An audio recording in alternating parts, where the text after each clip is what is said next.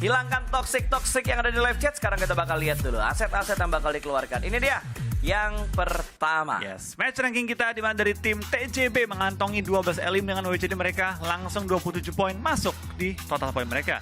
RC di nomor 2 dengan 17 poin, Infinity dengan 16 dan juga STE dengan 12. Oke, ada GD yang mendapatkan 7 elimination, total 9 poin yang mereka dapatkan. DRS 7 total poin. Tidak ada placement, tapi entah kenapa eliminationnya banyak banget. Tinggi banget loh. 7 loh. Kebalikannya gameplay MSC. Iya betul. Sementara MSC dapetin 6 placement point tapi tidak mendapatkan elimination sama sekali. Karena tadi Pons juga udah gak punya ruang gerak yang terlalu banyak untuk di momen-momen akhir. Tapi GD, gue masih ternang-nang di pikiran gue. Kenapa? Andai nyicil tuker UMP ada peluru. Nggak, tadi UMP-nya ada pelor ya? Kosong.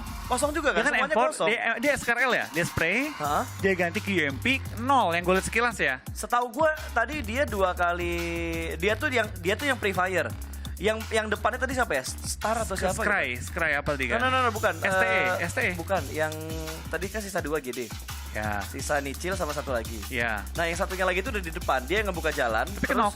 Enggak, si Nicil tuh udah nge-backup dari belakang. Dia nge-pre-firein terus biar si Scry-nya dia gak bisa nembak. Makanya pas kering udah kan? kenok, dia tinggal terakhir, pelurunya udah kering duluan. Tapi Nicil, andai kan tadi gue berharap banget sih pas dia tukar UMP ada peluru, mungkin punya chance trading. Ya, tapi pas diganti 0 gue kayak terus dia balik lagi ke SKRL kan? Iya, kan masih ada sisa kayak 7 peluru tuh SKRL. Iya, 8 ya. Aduh itu tadi jujur gue pede sih. Kalau Nicil megang UMP ada 30 Betul. peluru, gue pede ada chance dia menang. Karena itu dua-duanya sama-sama butuh Bonyok. timing buat reload juga. Ibaratnya udah tinggal depan-depanan, tapi ya serai banget dari tim GD. Dari BTR juga punya 5 poin per game kali ini dan juga punya cadangan 4 game. Menurut gua it's still possible.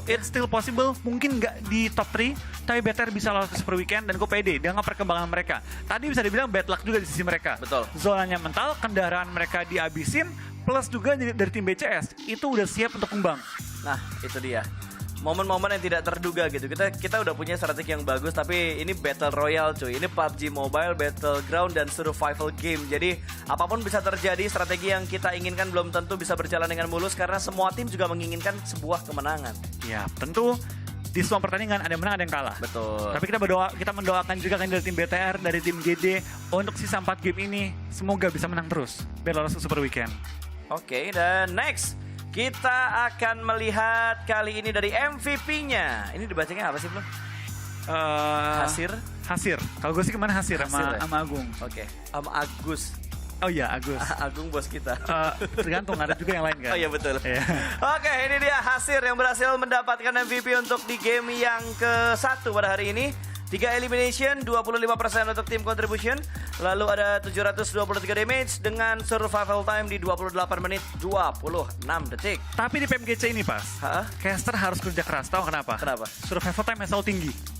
Oh iya. Karena tim-timnya ini pas gak mau tumbang. Dalam arti mereka di last circle itu kan biasanya kan cepet tuh, berat beres. Benar. Ini nggak tumbang-tumbang, mereka saking high levelnya. Mereka tuh ngerti setiap lekukan, setiap broken wall, setiap angle yang dapat dijaga, itu mereka bakal tahan-tahanan. Udah paham banget lah. Itu paham banget. Malah tadi menurutku momen terakhir ya, sampai akhirnya reject tadi gagal mendapatkan WBCD, mungkin karena mereka tadi buru-buru banget buat maju. Nah, tadi itu. kalau nggak salah RC yang nge-push ke arah TJB, bukan TJB Karena yang broken nge-push wall-nya ke arah, kan? iya betul, bukan TJB yang nge-push ke arah RC-nya. Kalau misalkan dari tim RC sabar-sabaran 3 lawan 1, ya udah biarin aja gitu. Biarin aja. Jaga angle rame-rame. Gue kurang memperhatikan sih, karena tadi circle-nya udah bener-bener kecil banget kan. Terus kayak rusuh banget. Iya betul, dan gue nggak ngelihat itu kira-kira circle-nya condongnya ke arah TJB kah? Condong ke arah RCK. Kalau tadi condongnya ke tengah, gue rasa cukup bersabar aja sih. Dan wow, head to head-nya.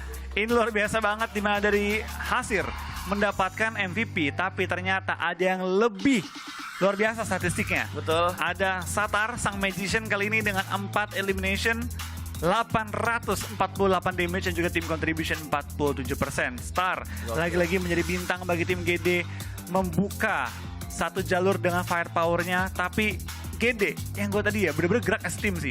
Mereka gerak bener-bener luar biasa men-take down tim Nova, dan ya mungkin ya salahnya cuma ke bait doang sama Infinity. Betul, dan ternyata setelah Star atau Satar menjadi magician tidak membuat aimnya berkurang ya. Tambah keras malah. Malah tambah keras. Banyak banget peluru-peluru magic yang tiba-tiba connect gitu ke arah musuh. Ya, ini gue senang banget sih melihat Star ini bener-bener langsung bersinar juga di kancah bisa dibilang global kali ini ya. Yap. Meskipun masih di tahap Asia, tapi GD sudah menunjukkan tren yang sangat positif di semua game yang mereka mainkan. BTR di game kali ini sudah menunjukkan tren yang positif. Ya. Dan pelan-pelan tapi pasti kalian dari tim Indonesia mulai merangkak mencari poin-poin untuk Super Weekend. Betul. Kalau ngomongin strategi, gue rasa semuanya udah punya strategi yang bagus sih. Tinggal gimana Eksekusi. cara mereka mengeksekusinya dan apa yang menghalangi mereka untuk selalu tampil maksimal. Dan ini dia update untuk weekdays ranking. TJB naik ke peringkat pertama dengan 67 total poin dan hanya terpaut 1 poin bersama dengan Nikma. Nova agak sedikit tergeser karena ada TJB tadi tiba-tiba naik ke bagian atas. STE naik ke atas. Ini STE bertukar dengan STE yang lainnya ya. Ya. Terus ada Four Rivals agak tergeser juga. Ada Xavier tergeser juga. GD belum masuk ke halaman pertama.